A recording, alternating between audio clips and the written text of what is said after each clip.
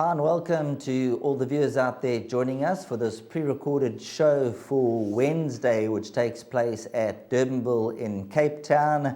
The guys are going to be really hungry to get racing going again and looking forward to the card. Joining me in studio, none other than Graham Hawkins. Welcome, Graham. How's things going? All good, thank you, Sheldon. Yes, we lost the last three races at Hollywoodbets Durbanville over the weekend. The forecast... we had a nice day on Sunday. The forecast is good right up until Wednesday morning when the rain is forecast to come back, but we'll have to play it by ear and see how it all pans out. Well, that's the name of the game. Nature has its own mind, so we'll see how things go. But we'll be positive and hopefully everything goes according to plan. Now, Graham, the first race is over 1,000 metres, where number 1, Maniki Neko, is your 5-2 favourite. Number 9, Rafa Bay at 3-1. And then 9-2 about number 6, Fencing Captain. I'm going to hand the baton straight over to you in race number 1. Yeah, it's not a very deep maiden plate over 1,000 metres, Sheldon. Being the first of 9 races doesn't form part of the exotics, and Maneki Neko has been awfully frustrating and very expensive to follow. Beaten odds-on favourite in his last 2 starts, the most recent being in Port Elizabeth at Fairview. But that run could be a key factor because at least he's had a race in the last 3 weeks and he's drawn in pole position. So for one final time, I'm going to give my vote to number 1, Maneki Neko. He's not likely to find an easier opportunity to shed his maiden ticket than this, the first of 9 races on Wednesday at Durbanville. But that being said, obviously there is a bit of other form to go around. Fencing Captain and Rafa Bay met behind Walk With Me. They ran second and third and coming along the right way. Interestingly, Digby, when on debut, finishing 4th to Billy Cool, actually had Rafa Bay behind him. So if you fancy Rafa Bay, you've got to fancy Digby, although Digby hasn't had a recent run. Across the Bow has got place claims in this field, and then there are a couple of first-timers. But it's not a race that's going to take a lot of winning, and I think from pole position, this time around, number 1, Maneki Neko, should get it right, and he's certainly overdue, and he deserves a victory. So there we go, the 5-2 about Maniki Neko. This could be the time to shine as we step on the gas to race number 2. And talking about stepping on the gas, they go over the 1,800-metre trip where they are betting 4-1 the field. Number 7, Among the Clouds, 4-1. Number 1, Could It Be at around 4-1. Number 2, Windrunner at 4-1. And also number 5, Glee Club. Then number 3, Lickety Split at 9-2. So Graham, the betting suggests that it's a very competitive event and even the bookmakers can't really split them. 7 runners line up for this Class 4 Fillies and Mares handicap, and as you've said, they're betting 4-1 the field. That tells the whole story. Each and every one of the 7 runners has got some sort of a chance, even the rank outsider, number 6, Princess of Bayeux.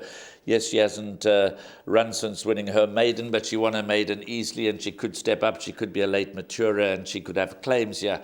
I'm marginally in the camp of number 7, Among the Clouds, to beat her numbers 1, Could It Be, 3, Lickety Split, and 5, Glee Club. But this is a rather tricky start, as the betting suggests, to the bipot. So I think you've got to play it pretty wide. The bipot, for a change, is not my suggested bet. I've gone with Jackpot 1 because I fancy a horse much later on in the card very strongly. But I think you've got to go pretty wide. You include at least those 4 runners. And you know what? It may not be the worst idea to put them all in and make sure that you get through 2 out of 7 rather than perhaps 1 out of 4. Among the Clouds is knocking at the door, could be the one to set the standard, but the betting tells the whole story. You cannot be confident about any one of these 7 fillies. They all have winning chances, so it's a real tricky start. Small field, but a tricky start to the bipot. Go as wide as you can. There we go, as wide as your budget will allow for race number 2. Moving along to race number 3, and yeah, I'll just take you through the scratchings. You can scratch numbers 12, 15, 16 and 17. So those are all the early scratchings, with number 7, I'm So Pretty, trading at 15-10. Number 6, Pink Moon, 9-2. And number 3, Winter's Dragon, the first timer, at 5-1. 15-10 about this horse, I'm So Pretty. JP van der Merwe, 57.5 kilograms on the back as a 3-year-old, taking on the elders. Are you in her camp? I think so, Sheldon. She's coming along the right way. And if you look at that run behind Scarlett McCaw, she ran second. Third in that race was Festival Chic, who came out to win over the weekend. We've seen that the guys training at Futura Park, Justin Snaith, Brett Crawford, they've had the upper hand. There's no doubt about that. There have been winners from Milnerton's interspersed between theirs, but they kind of dominated the outcome of most of the recent race meetings. And here again, it's Snaith trains I'm So Pretty, and Brett Crawford trains Pink Moon. Pink Moon's had a lot of chances, but it's fair to say that her last run was her best, and she's had, like I'm So Pretty, she's had experience of racing at the Country Course. She's had 2 starts there for 2/3. So Pink Moon is not to be taken lightly, but I do think that number 7, I'm So Pretty, has probably a bright future. She's certainly got a lovely pedigree. She's, I think, a deserved 15-10 favourite. I think Pink Moon does offer some each-way value at odds of 9-2. So I'm in the camp of number 7, I'm So Pretty. And as I said, the bipod is not my suggested bet, but I will certainly be playing a bipod, going wide in the first leg, and probably happy to bank a number 7, I'm So Pretty, in the second leg, because there's some very tricky races to come later on and some very low-grade races to come later on. I think number 4, Jet Green, is worth a mention at the weights with 53 on the back, drawn in gate 4. And again, Lunga also trains at Futura Park, so he's also had the advantage of those can we say marginally better training facilities during the course of the very heavy rains that we experienced in July. And he's had horses run into the money here and there. She's had many, many chances, obviously, but this is an open maiden. It's a maiden handicap. So the more experienced and the older number 4, Jet Green, gets a bit of weight, which kind of brings into the race. But I'm in the camp of 7, 6, and 4. And from a place accumulator point of view, and even from a bipod point of view, probably happy to bank a number 7, I'm So Pretty. We will now move on to the opening leg of the pick 6, which is race number 4, and the carded off time is 14:20 over 1600 meters. And just having a look at this point in time, there are no scratchings. Number 1, Jack in the Green, JP van der Merwe for Justin Snaith at 33-10. Number 13, Water Dragon, is at 4-1, and then we go 6-1 and better the rest. Now, they've been very lucky with this horse, Jack in the Green, to pull that one draw, Graham. They have, and it's interesting, the late declaration, the blinkers go on number 1, Jack in the Green. So blinkered first time, they're obviously throwing the kitchen sink at him, capitalising or trying to capitalise on the fact that he's drawn in gate 1, because he tends to be a bit slow at the gates. And of course, if you're going to be slow at the gates from gate 1, you're going to drop back through the field. So they're obviously quite keen to get Jack in the Green into the race quite early. Again, I can't be confident about anything here. You know, Jack in the Green's at 8 starts. Yes, he's run second on 2 occasions. His form is okay.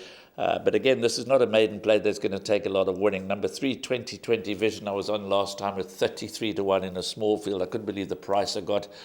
I thought he was going to win 200. Now we get beat by a 66-1 chance in the same race. But the form of that race hasn't stood up because arbitration came out and ran a shock, although I do suspect that there was something wrong with the arbitration over the weekend. So I don't know if we can take that run literally. Maybe Water Dragon is the best horse in the race, but drawn out in gate 13 is not going to be easy for him. Not sure whether they're going to go forward. The form book suggests they'll go forward with Water Dragon from the widest gate of all.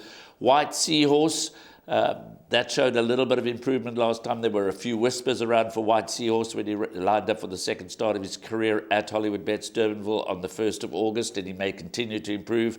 Champanel is also equally well exposed, having his 13th start, but has done enough to suggest he could be a factor in this race despite the wide draw. So I think on the basis of the draws and the blinkers first time and the form of Justin Snaith, probably Jack in the Green the one to beat, but I certainly will be playing this leg from all exotic points of view wider than that. I'm not going to nail my colours to the Jack in the Green mast. He might come home lonely, might win it easily, but I'm certainly going to take him on from an exotic bets point of view.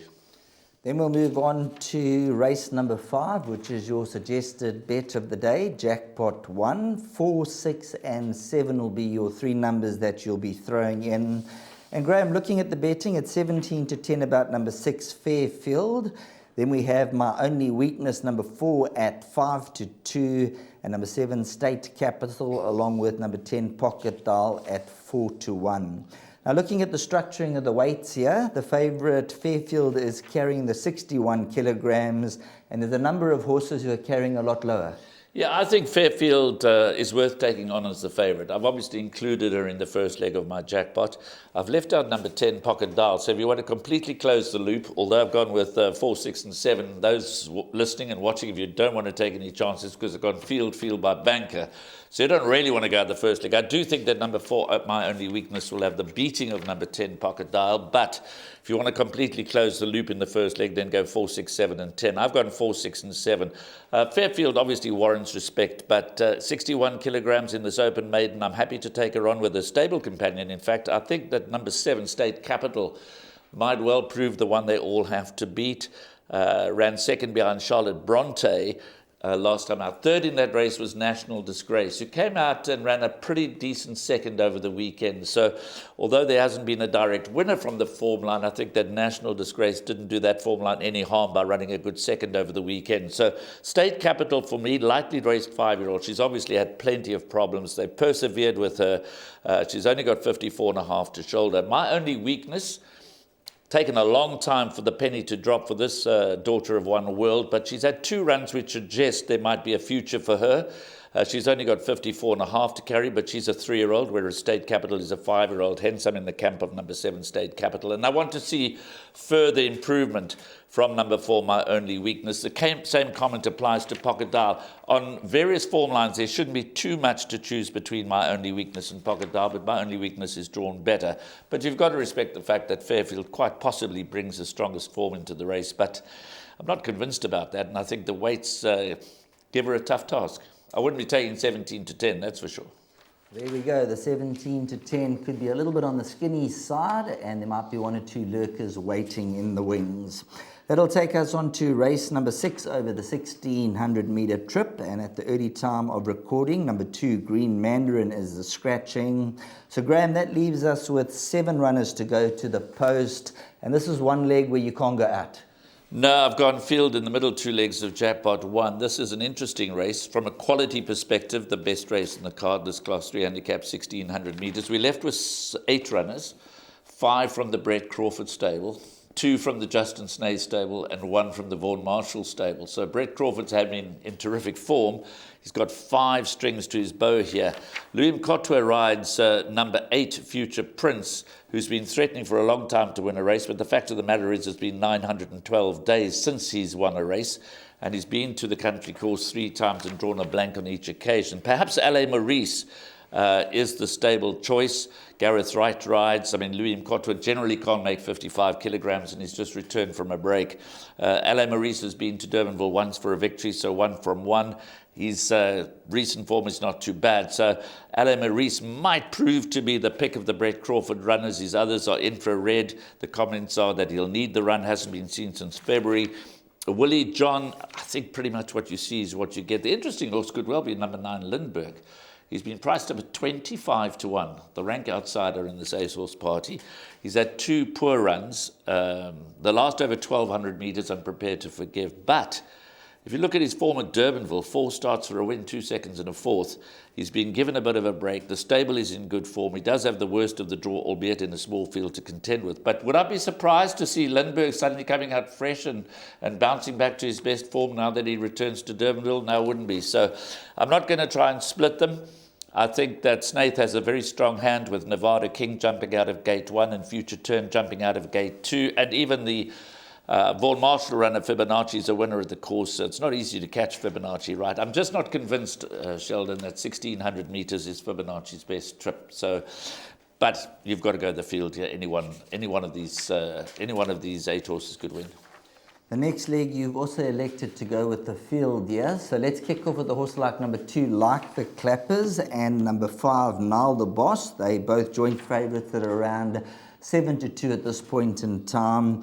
Like the Clappers, that last run, we can draw a line through it. In fact, the last 2 runs, the penultimate run was from a bad draw, and then last time out, no show. But if you go to that second to Kelp Forest and the second to Radicchio, this is a horse who could come alive. It's interesting, Brendan Gaillard, who tips in the computer form, has made this his nap for the day. So he's a brave man because he's ignoring those 2 runs you've just referred to. And I'm happy to ignore the 2 runs, except, is there something now wrong with him? Is there, it's hard to know what to make, because on best form, we blow this field away. There's no doubt about it that Brendan might be absolutely right. The average merit rating is 58. It's a very, very weak Cape D stakes over 1,400 meters. He's got a nice draw. But it's hard to ignore two bad runs. You know, you can ignore one bad run. To ignore two bad runs back to back, you've got to say to yourself, well, what is going on with Like the Clappers? Would I be surprised to see him bounce back and win this race in this quality of field? Absolutely not. When you think that Mile the Boss, look at her form. This is a co-favourite. I mean, the red flags just go off. You know, the warning signals go off. And Dream Searcher, with her poor recent form, is at 4-1. So the betting tells its own story. But on best form, Like the Clappers stands out. But if he's going to put in another indifferent performance, such as he has in his last two starts, then quite frankly, in this very weak Cape D stakes over 1,400 meters, any kind of a result can be expected. And I'm not going to try and single them out. You were talking about earlier on that you really fancy a horse, and I believe that's Great Cat who comes up in the next race. And this is for the Hollywood Syndicate, Anthony Del Pesce and the team, from a 2 draw, returning from a 16-week layoff. But the form's there for all to see. I think the form is there. And the fact, obviously, the layoff wasn't intended. She had been carded a number of times, abandoned meetings, you know, we threw the books into the bin. So it's not as if she's been sidelined because of any reason other than the fact that it's a missed opportunities scenario where she was carded to race on one or more occasions. And in fact, I fancied her very strongly the one day which meeting was abandoned. I love the fact that she's coming back to Hollywoodbets Durbanville from a good draw. She's had 3 starts at the track for a win and 2 seconds. She's unbeaten over track and trip. I love the fact that Brett Crawford is in terrific form. Look at how well Louis Mkotwa gets on with this very consistent mare. 9 times he's ridden her for 2 wins, 3 seconds and 3 thirds. Well, obviously, when you're bankering in the jackpot, seconds and thirds don't help you. So I'm looking for him to balance up that record and have 3 wins, 3 seconds and 3 thirds on her.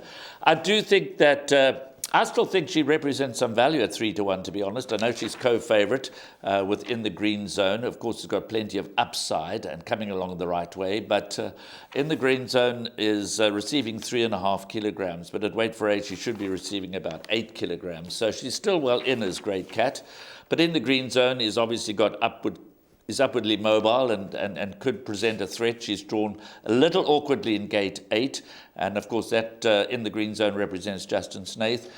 Kinky Boots might have scope for further improvement. She's not come down enough in the ratings for me. So I'm going to go all in. You know, these cards are tough. You've got to nail your colours to the mast somewhere. You've got to put your neck out, and if you get cut off, well, it gets cut off. I just think everything points to number 2, Great Cat for me.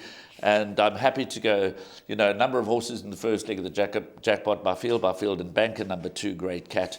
I think she's going to give us a really good run for our money, and I think she's going to come out on top.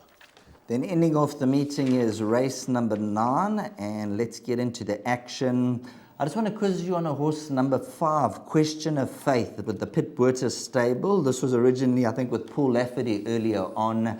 A horse that they really held in high regard early on. He came through and he beat Gorgeous Guy. He ran second to Warrior of Royalty. 3.65 lengths behind Super Fast. Although well beaten by Explicit Content last time out, they tried the blinkers. Pit Buerta just seems to have a knack of getting horses to find their form again. There's no doubt that Question of Faith is gradually starting to improve and obviously plummeting down the ratings. 70 rating just a couple of runs back, now rating of 58. So I mean that's your bread and butter. That's your bread and butter, Sheldon. So I know Warren. I did a show with Warren, and he fancied this filly. I think it might have been on a local debut because of the same comment that you just made, that she was with Lafferty and he thought highly of him. But certainly now for a 58 rating, I mean, you think it's dropped 12 pounds in 2 runs. That's a massive drop for Question of Faith. And I'm not saying it's not warranted, because this is an average 57. This is the same kind of race as we were discussing earlier. For me, it's a field race. And that's why you've got to take a few chances here and there. It's a Cape D Stakes over 1,000 metres with an average merit rating of 57. So would I be surprised to see Question of Faith suddenly improving off that much lower mark? Explicit Content won at the course last time. There was nothing flukish about that win. And maybe this is the course that the 4-year-old son of Vercingetorix enjoys. Could well again have the measure of number 7, Lover's Lane. They ran first and second in that race, and it was on the 25th of July. So that form could well stand up in this class of race. So Explicit Content and Lover's Lane for me amongst the top choices, along with number 5, Question of Faith. I'm certainly not going to ignore that. Number 2, Wiley Jack has never done his best work at this track, but he's always there and thereabouts. And in this class of race, you can't ignore 1,000 Kisses. I could go on and go on. It's a very low-rated 1,000-meter race. Gravity from the widest draw of all has some glimpses of form, but of 61.5, it's not going to be easy for him. Casino Ace has been placed twice from 4 starts at this track. So it all amounts to a very difficult end to a very competitive day's racing, where when you look at the card holistically, I'm taking my chances with Great Cat. I think obviously from a place accumulator point of view, I'm so pretty earlier, but these two, and you've got to take a view on Like the Clappers. If you're happy to forgive him 2 consecutive bad runs and rowing with him because he is arguably the best horse in that race, I'm not prepared to do that. I think he's shown signs of something being amiss.